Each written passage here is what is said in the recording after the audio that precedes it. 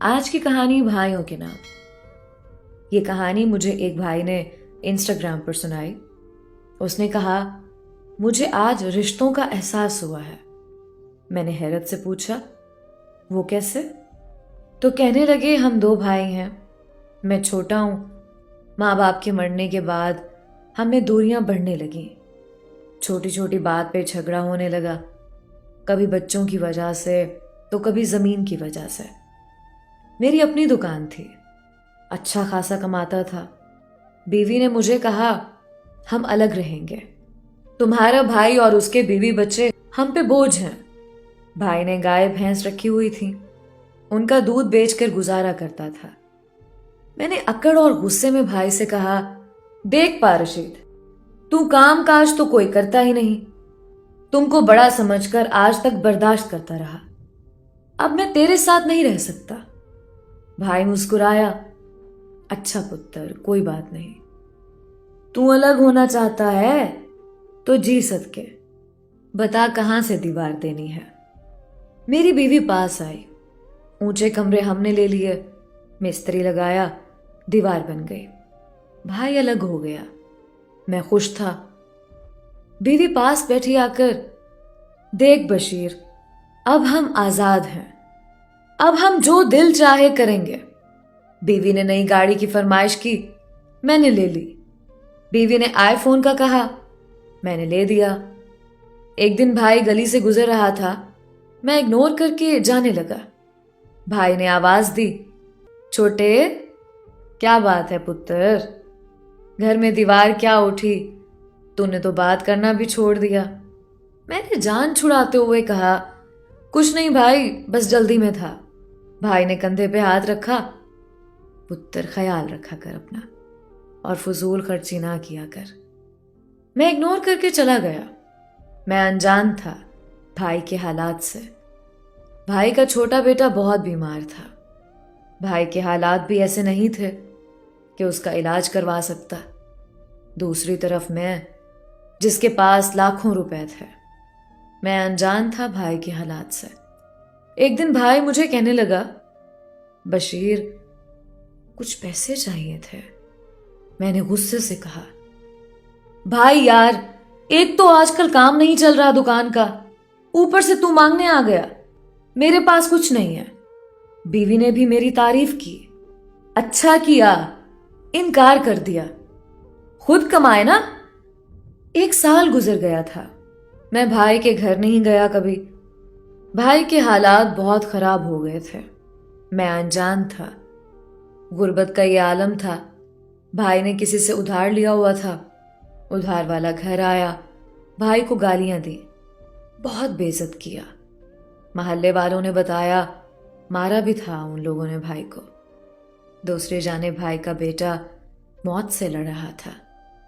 मेरा दिल तड़पा तो था, लेकिन मेरी बीवी ने मुझे रोक दिया।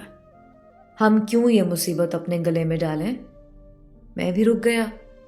फिर भाई का बेटा फौत हो गया।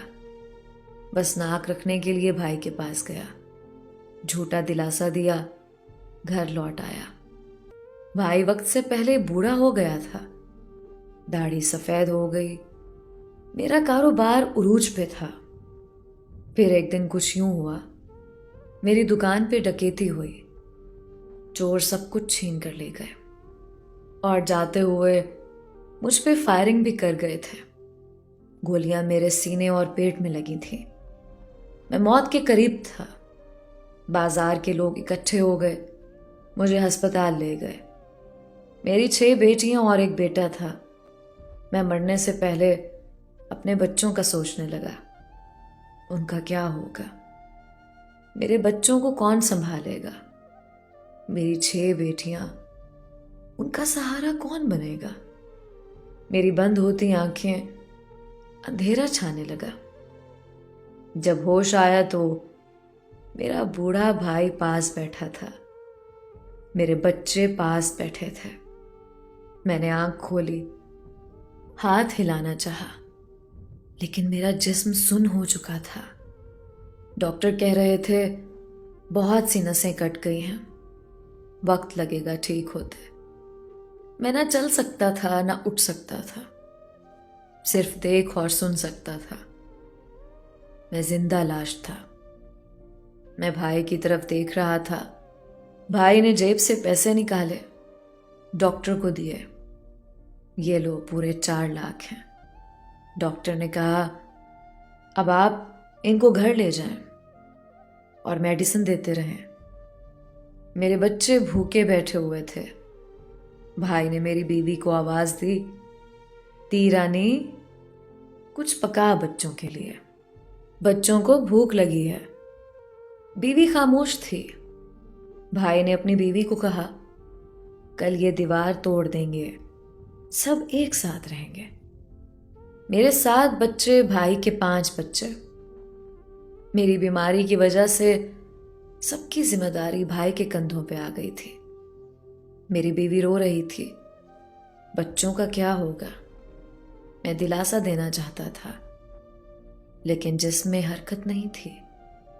इतने में भाई आया, जेब से 20,000 निकाले। कुड़िए, ये ले 20,000 रुपए, बच्चों की स्कूल की फीस और अपनी जरूरत पूरी करना। परेशान ना होना बिल्कुल भी। मैं तेरा बड़ा भाई नहीं, तेरे बाप जैसा हूं। बस बशीर को वक्त पे दवा देती रहना। भाई ने मेरे इलाज के लिए अपनी गाय भैंस बेच दी। रोज शाम को मेरे पास आता, मेरे जिस्म की मालिश करता, बच्चों को गोद में बिठाकर प्यार करता। भाई बूढ़ा हो चुका था, लेकिन हिम्मत नहीं हारा था। मुझे बिस्तर पे पड़े 5 साल हो गए थे। बच्चे भी जवान हो रहे थे। एक दिन भाई मेरी शेव कर रहा था। मेरी नजर पड़ी भाई के हाथों पे। हाथों पे छाले थे। भाई ना जाने कौन सा ऐसा काम करता था कि हाथ जख्मी हो चुके थे। मेरी आंखों से आंसू बहने लगे।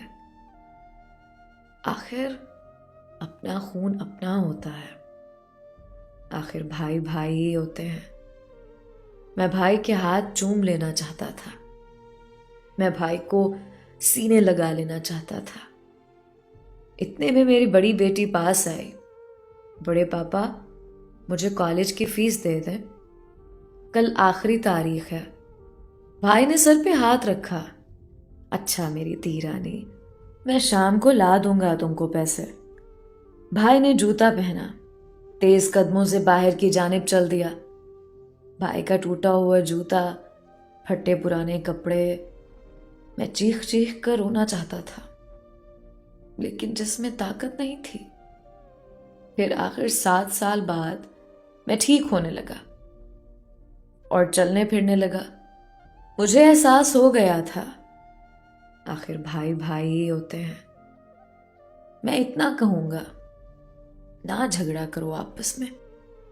जमीन जायदाद सब पल भर में खाक हो जाता है। सिर्फ साथ निभाते हैं तो रिश्ते। हम अना, गुरूर और दौलत के नशे में रिश्तों पे थूक देते हैं।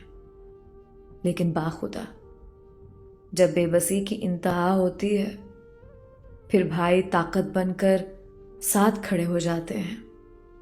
नफरतें मिटाकर मोहब्बतों के दिए जला लो।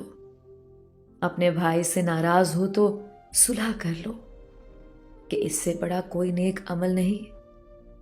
भाई के घर जरूर जाया करो, चाहे कुछ ना दो एक दूसरे को। हाल अहवाल पूछ लिया करो। ये वो रिश्ते हैं जो धूप की आग में साया बन जाया करते हैं।